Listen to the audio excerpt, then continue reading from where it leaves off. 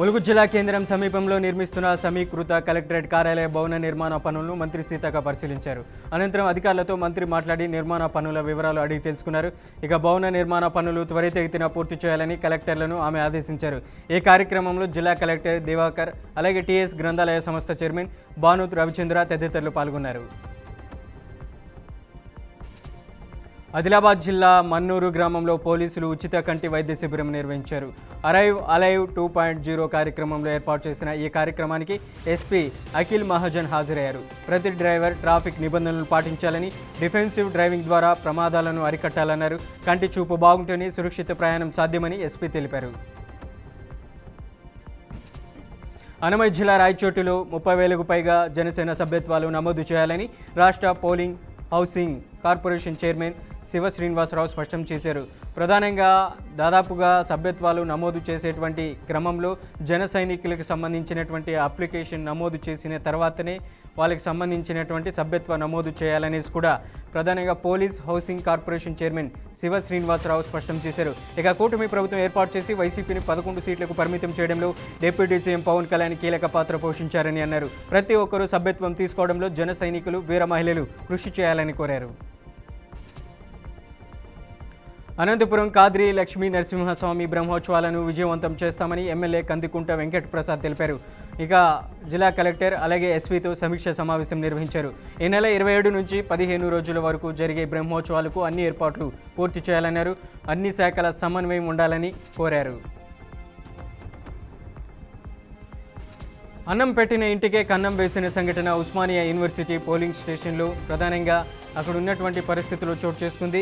Osmania university police station పరిధిలో చోటు చేసుకుంది. హబ్సిగూడలోని గ్రీన్ హిల్స్ కాలనీలో రిటైర్డ్ సైంటిస్ట్ డాక్టర్ PLKM రావు ఇంట్లో నాగర్ కర్నూలుకు చెందిన తేజస్విని పని మనిషిగా విధుల్లో చేరింది.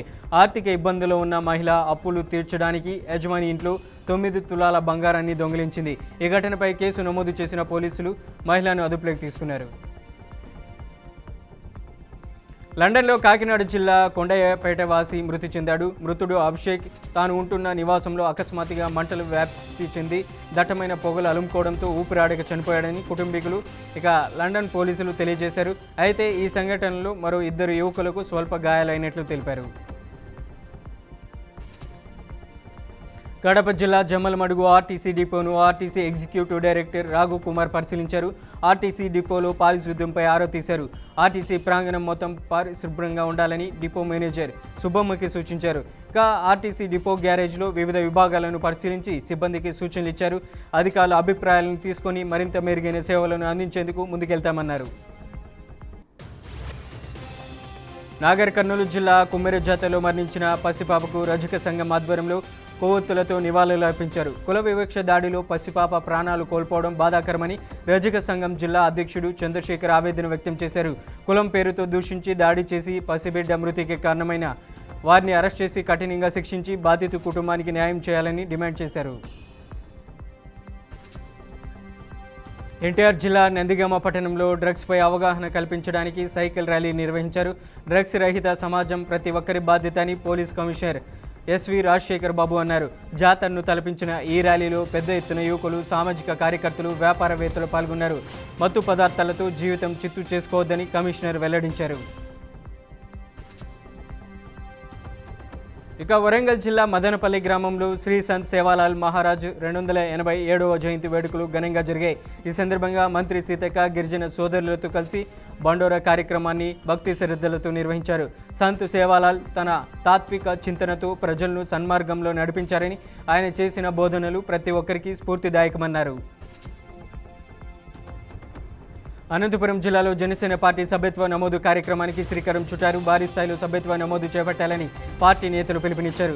గత ఏడాది కంటే ఈసారి మరింత ఎక్కువ మంది సభ్యులను చేర్చుకోవాలన్న లక్ష్యంతో పార్టీ శ్రేణులు సిద్ధమవుతున్నాయి. పార్టీ బలోపేతానికి సభ్యత్వ నమోదు కీలకమని ప్రతి నాయకుడు, కార్యకర్త బాధ్యతగా తీసుకోవాలని పేర్కొన్నారు. కృష్ణా జిల్లా గుడివాడలో ఆట విడుపు ఎమ్మెల్యే ఎమ్మెల్సీ క్రీడాోత్సవాలు ప్రారంభమయ్యాయి. ఈ కార్యక్రమంలో 2వ రోజు పోటీలో ఎమ్మెల్యే వెనిగొండ్ల రాము ఉత్సాహంగా పాల్గొన్నారు. ఒత్తిడిలో ఉండే ఎమ్మెల్యేలకు క్రీడా పోటీలు ఎంతో ఉపశమనం కలిగిస్తాయని ఆయన తెలిపారు. ఇలాంటి క్రీడలలో ఎమ్మెల్యేల మధ్య స్నేహభావం మరింత పెరుగుతుందని హోమ్ మినిస్టర్ అనిత వెల్లడించారు. పార్వతీపురం జిల్లాలో వరుస గొలుసు దొంగతనాల నిందితుని పోలీసులు అరెస్ట్ చేశారు. నిందితుడు రాజశేఖర్ నుంచి 40 లక్షల విలువైన బంగారు ఆభరణాలను పోలీసులు స్వాధీనం చేసుకున్నారు. సీసీ కెమెరాలు, సెల్ ఫోన్ సిగ్నల్స్ ఆధారంగా అతడిని గుర్తించినట్లు పోలీసులు తెలిపారు. రాజశేఖర్పై వివిధ పోలీస్ స్టేషన్లో దాదాపు 14 కేసులు ఉన్నట్లు ఎస్పీ మాధవ్ రెడ్డి వెల్లడించారు. బాపట్ల జిల్లా చీరాల పట్టణంలో డాక్టర్ అనిత స్కిన్ షైన్ హాస్పిటల్ను ఎమ్మెల్యే మాలకొండయ్య ప్రారంభించారు. అత్యాధునిక వైద్య పరికరాలతో కాస్మెటాలజీ సేవలను ప్రజలకు అందిస్తుందని, ప్రజలు వినియోగించుకోవాలని ఎమ్మెల్యే తెలిపారు. లేజర్ చికిత్సలు అందించడం మా ప్రధాన లక్ష్యమని, ప్రతి వ్యాధికి మెరుగైన వైద్య చికిత్సలు అందిస్తామని డాక్టర్ అనిత తెలిపారు.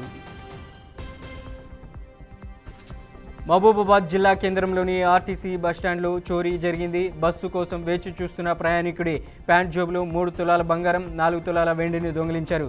ఇక బాధితుడు ఫిర్యాదుతో సంఘటన స్థలానికి చేరుకున్న పోలీసులు సీసీటీవీ ఫుటేజ్ ఆధారంగా దర్యాప్తు చేపట్టారు. బాధితులు రోధిస్తూ బస్సులో, బస్టాండ్లో వెతకడం అందరినీ కలిచివేసింది. ఇక సీసీ కెమెరాల సంఖ్య పెంచితే ఈ చోరీలు తగ్గుముఖం పట్టే అవకాశం ఉందని ప్రయాణికులు తెలిపారు.